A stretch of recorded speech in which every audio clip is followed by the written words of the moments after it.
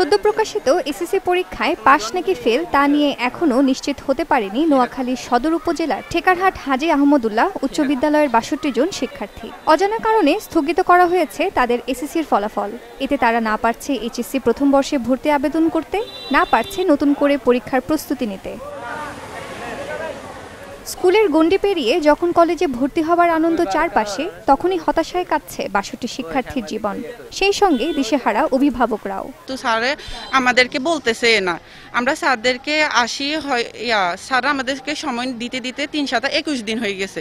আমাদের college apply একটা চলে গেছে, এখন লাস্ট ডেট হচ্ছে ১১ তারিখ, কিন্তু স্যাররা আমাদেরকে সময় নিতে নিতে এখন পর্যন্ত কোনো কিছুই জানাচ্ছে না। এটার এই সমস্যা হয়েছে না, কুমিল্লা বোর্ডের সমস্যা হয়েছে না, ঘুষের জন্য এই সমস্যা হয়েছে।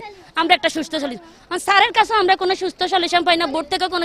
এদের বাচ্চাদের ভবিষ্যৎ নিয়ে আমি আপনাদের কাছে বলতেছি, আমি এক বিধবা সন্তানের বহুত কষ্ট করে লেখাপড়া করছি, একটা ভালো ভবিষ্যতের আমি একটা ভালো বাচ্চাদের ভবিষ্যৎ চাই। আমাদের কোনো ভবিষ্যৎ তো নেই, আমরা কি পারি 9-এ ভর্তি হতাম না, 10-এ ভর্তি হতাম না, আমরা আবার পরীক্ষা দিব, হেঁটেও করতে পারতেছি না। 5 বিষয় ফেল করছি, তাইলে আমরা আবার 5 বিষয় পরীক্ষা দিতাম, 2 বিষয় ফেল করছি, 2 বিষয় পরীক্ষা দিতাম, হেঁটেও করতে পারতেছি না আমরা। এমন অনাকাঙ্ক্ষিত ঘটনা নিয়ে চিন্তিত ওই স্কুলের প্রধান শিক্ষক জানালেন, কুমিল্লা বোর্ডের সঙ্গে দ্রুত যোগাযোগ করে পদক্ষেপ নেবে স্কুল কর্তৃপক্ষ। 12 এপ্রিল রেজাল্ট ঘোষণা করে তখন দেখা যাচ্ছে যে আমার এই ৬২ জন শিক্ষার্থীর রেজাল্ট স্থগিত করে রাখে। তখন আমি বোর্ডের সাথে যোগাযোগ করলে বোর্ড আমাকে আশ্বস্ত করছে যে কিছুদিনের মধ্যে এদের রেজাল্ট প্রত্যাহার করা হবে। ভুক্তভোগী শিক্ষার্থীদের এই সমস্যা সমাধানে কাজ করছে নোয়াখালী জেলা শিক্ষা অফিস।